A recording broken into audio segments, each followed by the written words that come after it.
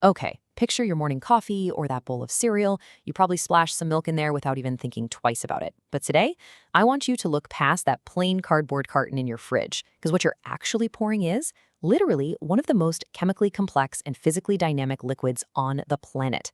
So in this explainer, we're going to unpack the hidden physical chemistry hiding inside a simple glass of milk. I promise you'll never look at the dairy aisle the same way again. All right, here is our agenda for this tour through the laboratory of milk. First, we'll look at milk as a complex system, then cover density and specific gravity, surface tension, pH and acidity, ions and conductivity, and finally wrap up with colligative properties. So, Section 1, Milk, a complex physical system. To a physicist or a chemist, milk is absolutely not just a basic liquid. It's this incredibly dynamic, multi-phase system. You've got two main parts playing together here. First, the dispersed phase. This is basically an oil and water emulsion. Think millions of tiny milk fat globules just floating around, each wrapped in its own little protective membrane. And they're suspended in the continuous phase, which is a water-based colloidal solution. This continuous phase is completely packed with proteins like casein micelles and whey, dissolved sugars like lactose, and mineral salts. Honestly, it's like a bustling, microscopic metropolis in there. So the golden rule, as quoted right here, is that milk behaves similarly to water, but its fundamental properties are heavily modified by its passengers, the dissolved solutes, the colloidal particles, and the emulsified fat. And, this isn't just fun trivia. If you're an engineer designing a dairy plant, you can't just slap in standard water pumps. The fluid's viscosity, its specific heat, its thermal conductivity, and the very way it flows, it's all dictated by those microscopic components. Moving right along to Section 2, Density and Specific Gravity. In the dairy world, we use specific gravity all the time. It's just a measure of how heavy a substance is compared to pure water, which we set at a baseline of exactly 1.000. Now, because milk is absolutely loaded with all those dissolved solids we just talked about, your proteins, minerals, and sugars, it's inherently heavier than water. So its specific gravity is always going to be greater than 1. To put an exact number on it, the average density of bulk cow's milk at 20 degrees Celsius sits right around 1,030 kilograms per cubic meter. But here's the really cool part. It's a massive balancing act. Milk fat is actually lighter than water. It sits around 902 kilograms per cubic meter. But the solids not fat, like proteins and lactose, they're way heavier. So that final density reading of your glass of milk shifts depending on the exact tug of war between the lighter fat and the heavier solids. And this brings us to how we actually measure these values on the floor of a processing plant. On the left, we've got a pycnometer. It's the super precise glass flask. You fill it with milk and you weigh that exact known volume. Pretty straightforward. But on the right, you have a lactometer, which is brilliant because it relies on Archimedes' principle. You just drop it into a cylinder of milk and it floats. Instead of measuring weight, it measures the volume of fluid displaced by a known weight. The denser the milk, the higher that lactometer bobs up. It is a super quick, game-changing tool for quality control. All right, Section 3, Surface Tension of Milk. Let's look at the very edges where milk meets the air. At 20 degrees Celsius, milk has an average surface tension of roughly 52 newtons per meter. Now, pure water has a notoriously high surface tension because water molecules just love sticking to each other. But milk is different. The proteins and those membranes wrapped around the fat globules act as natural surfactants. They gather at the surface and actively disrupt those water bonds, effectively pulling that surface tension down. Let's see how this plays out when we actually process milk industrially, because we rarely leave it exactly as it comes from the cow.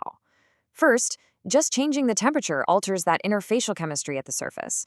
Then, if we homogenize it, blasting those fat globules into tiny pieces so the cream doesn't separate, that slightly changes the surface tension again. And if we hit it with high heat for sterilization, we actually denature the proteins. They physically unravel and become way less effective as surfactants, causing the surface tension to bump back up. Keeping tabs on all this is absolutely crucial because it tells engineers exactly how the milk is going to foam inside high-speed factory pipes, which leads us straight into Section 4, pH and acid-base equilibria. Okay, here's a fascinating biological mystery for you. Milk is synthesized straight from a cow's blood. And a healthy cow's blood is tightly regulated at a slightly alkaline pH of about 7.4. But fresh milk? It's surprisingly acidic, sitting at an average pH of 6.6.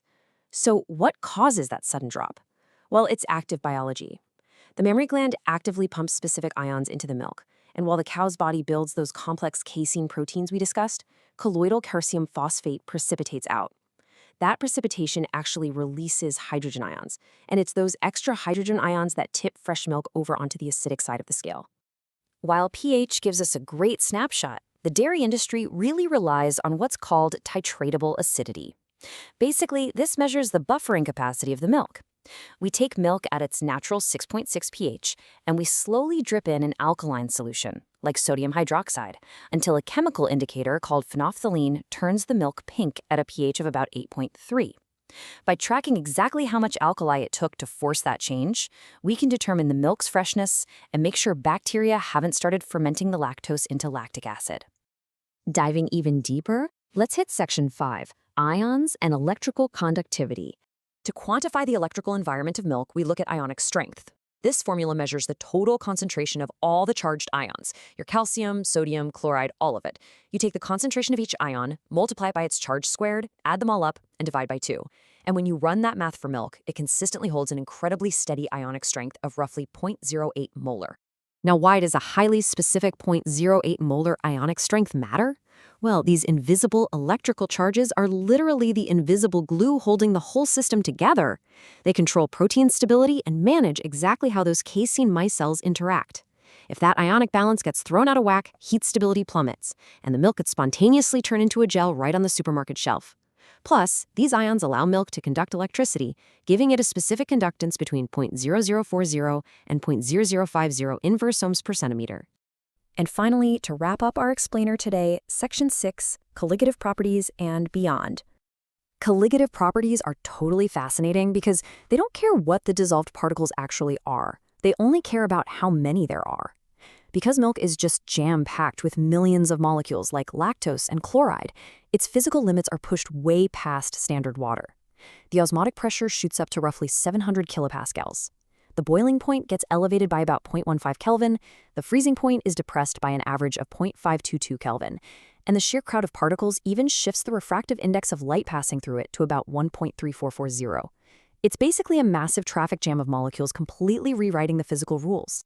And that freezing point depression, it gives us one of the most vital quality control tricks in the entire dairy industry, cryoscopy. See, the cow physiologically regulates the milk's freezing point to match its own blood, with lactose and chloride doing about 80% of the heavy lifting. So, if a shady supplier tries to cheat the system by watering down their milk to boost the volume, they instantly dilute those particles. Boom, the freezing point shoots right back up toward pure water. It makes catching adulteration incredibly easy and scientifically foolproof. So, we've gone from the macro scale of density and lactometers all the way down to the invisible electrical forces of ions. I'll leave you with this thought. If a completely ordinary glass of milk requires this much incredible physical and chemical precision just to exist without falling apart, what other hidden scientific symphonies are playing out inside the food we eat every single day? Keep looking closer at the world around you. Thanks for joining me on this explainer.